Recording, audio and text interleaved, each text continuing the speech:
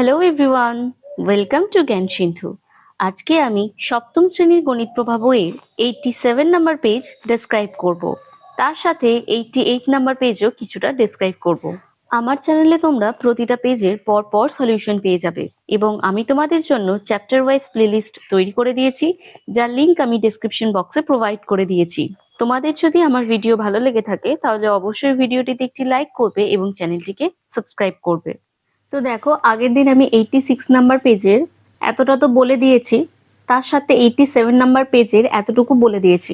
তো আজকে 10 থেকে শুরু করছি। কি বলেছে? বাজারে সাইকেল চেপে গেলাম, সাইকেল জমা রাখার স্ট্যান্ডে গিয়ে দেখি অনেক সাইকেল রাখা আছে। এই অনেক সাইকেলের মোট চাকার সংখ্যা কত হতে পারে দেখি। এখন দেখো, ওখানে তো অনেকগুলো সাইকেল ছিল, কতগুলো সাইকেল স্পেসিফিক্যালি ছিল সেটা কিন্তু আমাদের বলে দেয়নি। এখন বলছে চাকার সংখ্যা বার করতে। তোমাকে যদি বলেই না দেয় কতগুলো সাইকেল ছিল, তাহলে স্বাভাবিকভাবেই কতগুলো চাকা ছিল সেখানে তুমি বলতে পারবে না। তোমাকে যদি বলে দেয় দুটো সাইকেল ছিল, তাহলে এক একটা সাইকেলের দুটো করে চাকা থাকে, তাহলে তুমি 2 এর সাথে 2 গুণ করে দেবে। যদি 3টে সাইকেল থাকে তাহলে সেই জায়গায় তুমি 3 এর সাথে 2 গুণ করে দেবে। 4টে সাইকেল যদি থাকে তাহলে 4 এর সাথে তুমি 2 গুণ করে দেবে। তাহলে প্রতি ক্ষেত্রে কতগুলো করে চাকা থাকছে সেটা কিন্তু আমরা বলে দিতে পারবো। তো এই ক্ষেত্রে দেখো, এই যে সাইকেলের সংখ্যাটা সেইটা কিন্তু প্রত্যেকবার চেঞ্জ হচ্ছে। তাহলে যেটা বারবার করে চেঞ্জ হচ্ছে সেটাকে তুমি এক্স ধরে নিতে পারো, কারণ এক্স এর ভ্যালু কি হতে পারে সেটা কারোরই জানা নেই। তাহলে ধরি সাইকেলের সংখ্যা হচ্ছে এক্সটি। একটি সাইকেলের 2টি চাকা, তাহলে এক্সটি সাইকেলের কত হবে? 2 ইন্টু এক্স হবে। দেখো, 2xটি চাকা। এখন কি বলছে? কিছু দূরে অনেক রিক্সা সারি দিয়ে দাঁড়িয়ে আছে। এখন রিক্সার কটা করে চাকা থাকে? একটি রিক্সার 3টে চাকা, তাহলে ওয়াইখানা রিক্সার কতগুলো চাকা হবে? 3 ইন্টু ওয়াই হবে। তো তারপর কি বলেছে দেখো, তাহলে এক্সটি সাইকেল ও ওয়াইটি রিক্সার মোট চাকার সংখ্যা কত হবে? সাইকেলের জন্য কি বেরিয়েছিল? 2x, কারণ প্রত্যেকটা সাইকেলের দুটো করে চাকা আছে। আর রিক্সার জন্য কি বেরিয়েছিল? 3y। এখানে এক্সটাকে কি ধরা হয়েছে? সাইকেল সংখ্যা, আর ওয়াইটাকে কি ধরা হয়েছে? না রিক্সা সংখ্যা। সেই জন্যই দেখো পরের লাইনে এটাকে লিখেছে 2x আর প্লাস 3y। মোট এতগুলো চাকা কিন্তু হচ্ছে। তাহলে দেখছি 2x প্লাস 3y এরা কিন্তু অসদৃশ। কেন অসদৃশ? কারণ এর দেখো পদের মধ্যে এক্স রয়েছে আর এর পদের মধ্যে কিন্তু ওয়াই রয়েছে, সেই জন্য এটা হচ্ছে অসদৃশ। এখানে যদি কিছু দূর গিয়ে অনেক সাইকেল রাখা থাকতো বলতো, সেই ক্ষেত্রে তাহলে আমরা কি করতাম? ভেরিয়েবল বা চলটাকে আমরা কিন্তু এক্স ধরতাম, কিন্তু প্রথমবারে সাইকেল আর দ্বিতীয়বারে রিক্সা বলেছে বলে আমরা একবার এক্স আর একবার কিন্তু ওয়াই ধরে নিয়েছি। তো এখানে কি বলেছে? কিন্তু 2x ও 3y যোগ করে কি পাবো? এটা কি যোগ করা যাবে? আদতেও কিন্তু যোগ করা যাবে না, কারণ এরা অসদৃশ পদ। তাই 2x ও 3y যোগ করে পাবো এইটা যোগ এইটা, মানে এই ফর্মেই তোমাদের রেখে দিতে হবে। এরপর নেক্সট স্টেপে কিন্তু আর যাবে না। দেখো ক্লিয়ার হয়েছে কিনা? তাহলে চলো এবার চলে যাই নাম্বার 11-এ। নাম্বার 11-এ দিয়েছে, বাজার থেকে বাড়ি ফিরে আমরা ঠিক করলাম দাদা 2টি বা 2টির বেশি বীজগাণিতিক সংখ্যামালা লিখবে আর আমি সেগুলি যোগ করার চেষ্টা করব। তো দাদা প্রথমে দেখো পদ দিয়ে দিয়েছে 2x, 3x আর একটা হচ্ছে 11x। এগুলোকে কি যোগ করা যাবে? অবশ্যই যাবে। কেন?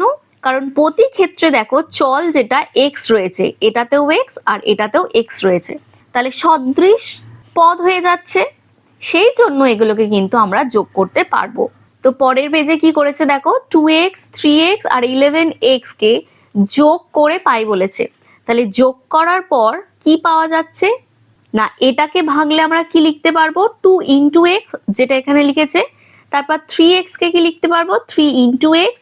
আর 11x কে কি লিখতে পারবো? 11 ইন্টু এক্স।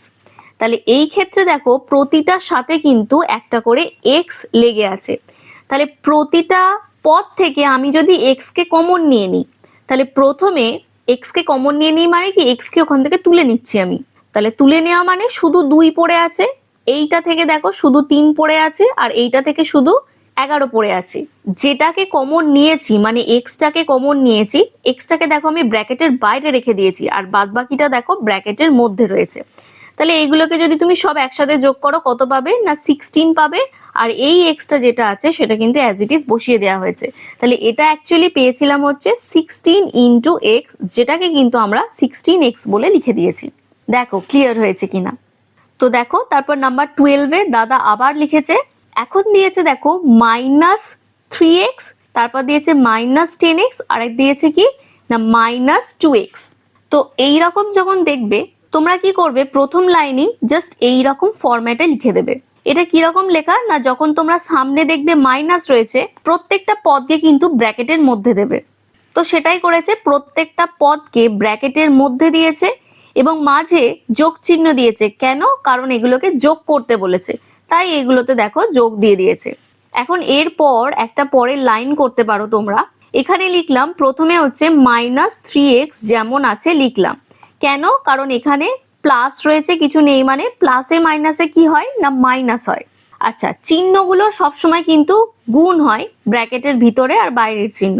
তাহলে এই ক্ষেত্রে দেখো প্লাসে মাইনাসে কি হবে, মাইনাস হবে। তাহলে আবার লিখবো কি না -10x। তারপর দেখো আবার প্লাসে মাইনাসে মাইনাস, তাহলে আবার লিখে নিচ্ছি -2x।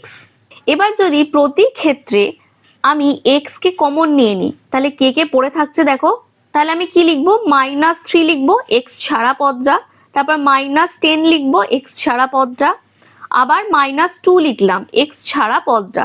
এটাকে আমি ব্র্যাকেটের মধ্যে দিয়ে দিলাম। যেহেতু x কমন নিচ্ছি সেই জন্য এক্সটাকে ব্র্যাকেটের বাইরে দিয়ে দিলাম। তো এই ক্ষেত্রে তোমরা আগে নাম্বার লাইন করে এসেছো, যেখানে এখানে যদি 0 থেকে শুরু হয়, এদিকটা যদি মাইনাস হয় আর এদিকটা যদি প্লাসের লাইন হয়, -3 বলছে মানে এদিকে মাইনাসের দিকে 3 ঘর গেল, তারপর -10 বলেছে মানে আবার 10 ঘর গেল, আবার -2 ঘর বলেছে মানে মাইনাসের দিকে আবার 2 ঘর গেল। তাহলে অ্যাকচুয়ালি তো 0 থেকে এই জায়গাটা অনেকটা দূরে চলে গেছে। তাহলে নাম্বারটা কি অ্যাকচুয়ালি বাড়ছে, এদিকে যত আসছে এদিকে বাড়ছে নাম্বারটা। তাহলে কি করব, এই যে নাম্বারগুলো রয়েছে এই নাম্বারগুলোকে আমরা যোগ করে দেব। তাহলে যোগ করলে কত হচ্ছে 3, তারপর 10, তারপর 2, এগুলোকে যোগ করলে কত হচ্ছে না 3 আর 2 হচ্ছে 5 আর 1 হচ্ছে 15। তাহলে আমি এখানে লিখে নিচ্ছি এই পুরোটার যোগফলটা হচ্ছে 15। এবার এটা গেছে কোন দিকে, মাইনাসের দিকে গেছে, সব কটা এদিকে, তাহলে মাইনাসের দিকে গেছে বলে এটা আমরা কি লিখবো না সামনের চিহ্নটাকে মাইনাস করে দেব। তো তোমরা এইভাবে সিম্পল ভাবে করতে চেষ্টা করবে। আর এখানে যেটা করেছে আমি বলে দিচ্ছি, এই ফার্স্টের টুকুটাকে এখানে করেছে। তাহলে এখান থেকে x কমন যদি নিয়ে নেয় -3 পড়ে থাকছে, আর এখান থেকে x কমন নিয়ে নিলে -10 পড়ে থাকছে।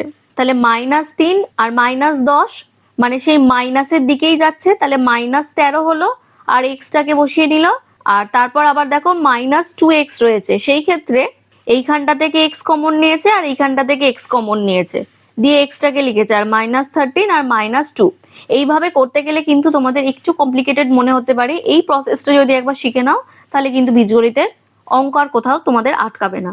তো এই ক্ষেত্রে এটা তো মাইনাস বেরিয়েছিল -15, আর এই এক্সটাকে এখানে আমি লিখে দিচ্ছি, তাহলে -15x। দেখো এখানে -15x বেরিয়েছে।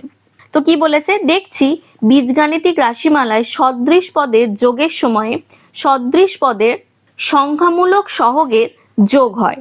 মানে এইখানে কি বলতে চাইছে, যে সদৃশ পদগুলোকে আমি পাচ্ছি, মানে এই ক্ষেত্রে এই একটা সদৃশ পদ, এই একটা সদৃশ পদ আর এই একটা সদৃশ পদ, এই সদৃশ পদগুলোর যে সংখ্যামূলক সহগ রয়েছে, মানে এই ক্ষেত্রে -3, এই ক্ষেত্রে -10 আর এই ক্ষেত্রে -2, এই যে সংখ্যামূলক সহগ মানে যেটা সংখ্যা রয়েছে সেইগুলোরই কিন্তু অ্যাকচুয়ালি যোগ হচ্ছে।